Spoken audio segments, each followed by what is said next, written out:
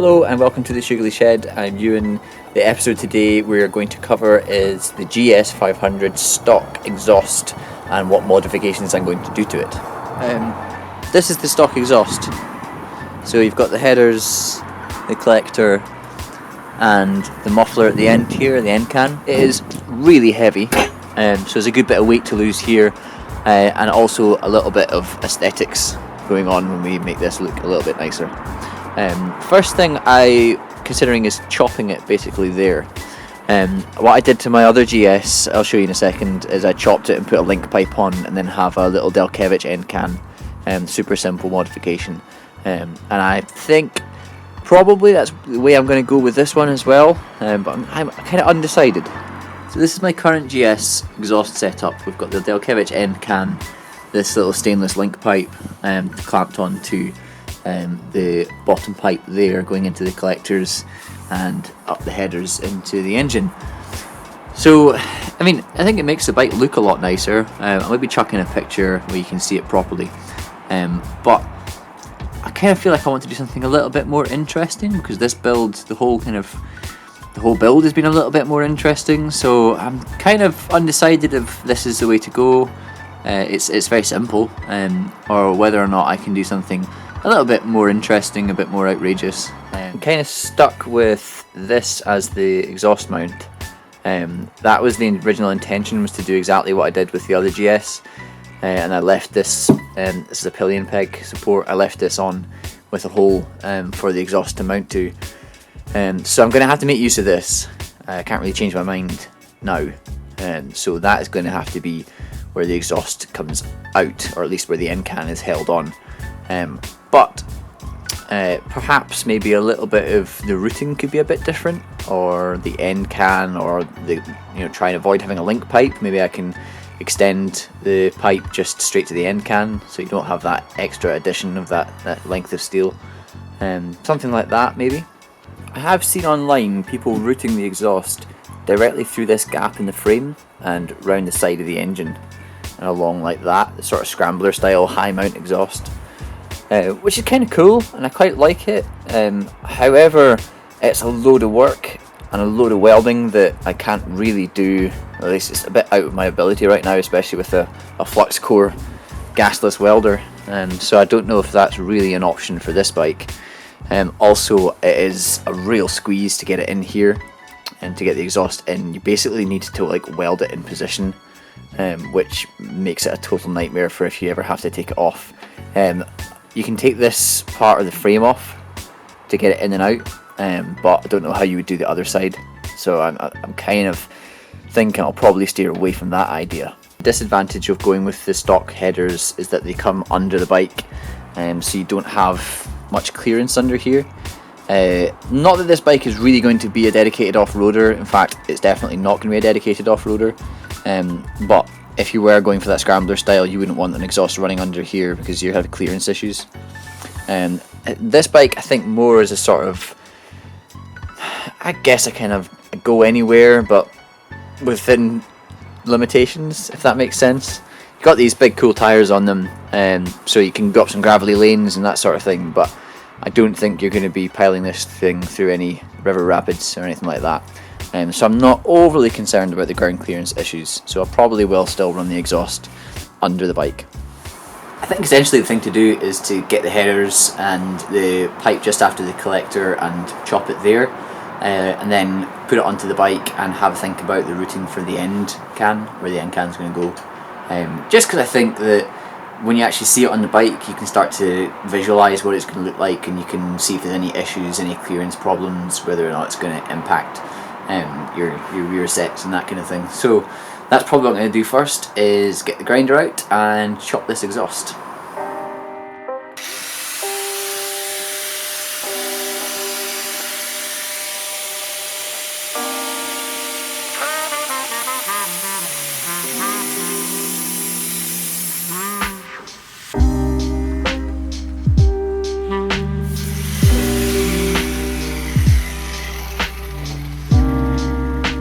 That baffling in there, there's so much of it.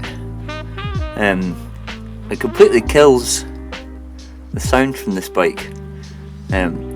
Already doesn't sound amazing, this bike, but that really does bring it right down to quiet lawnmower level. So what we're left with is this. We've got the headers, collector, and then just this stub coming off here. I've cut it as reasonably straight as I can.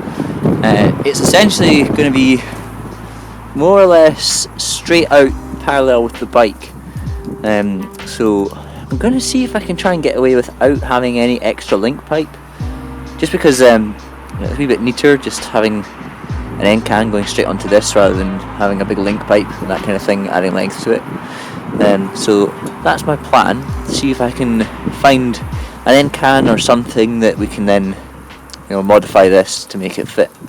Alright, so I've just loosely bolted the exhaust up to the engine, so it's a bit of a loose fit at the moment, but you can see essentially where the pipe comes out. I quite like that little upturned stick out there.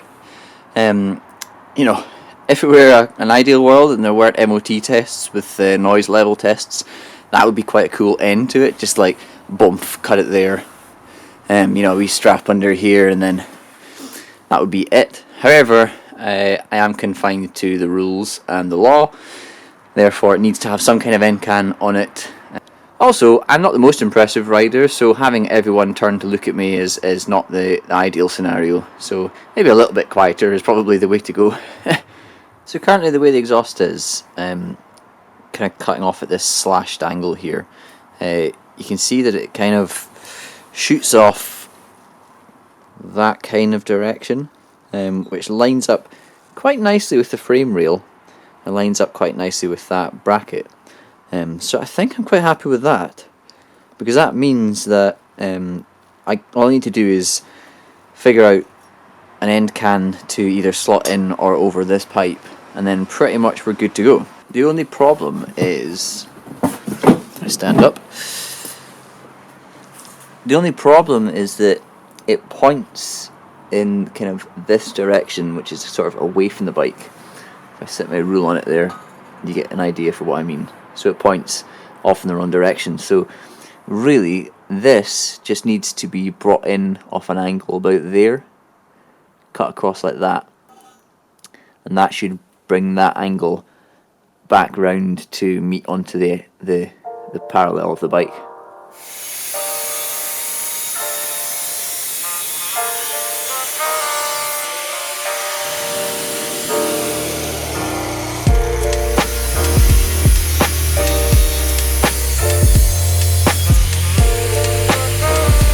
So that's the pipe cut to the angle that I want it at.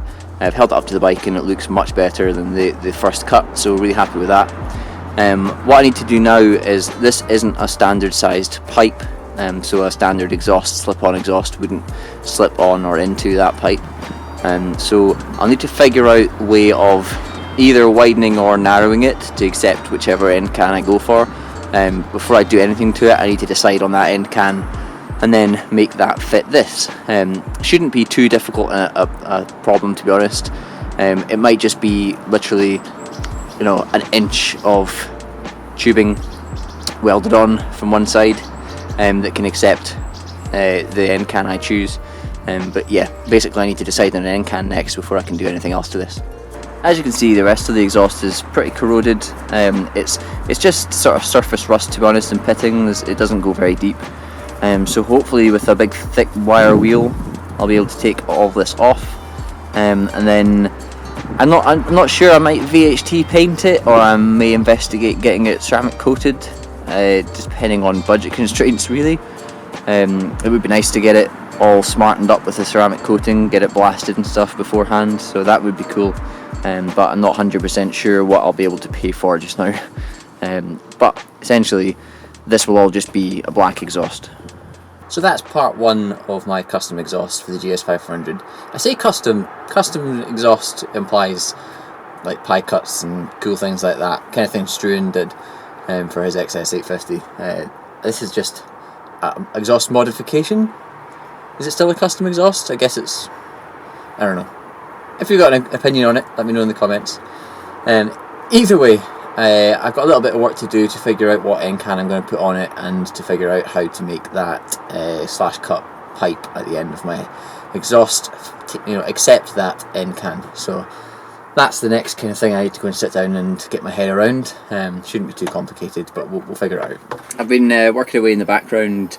I've stripped down the brakes for the GS500. I've got a video that I will do about them when I get them back from powder coating and reassembling them and stuff. But that's, we're making forward progress, and at the end of the day, we had a chat with the bike builders on Instagram the other day, and we talked about no 0 days. Basically, chip away, just do something every day, even no matter how small it is, and the bike will eventually come together.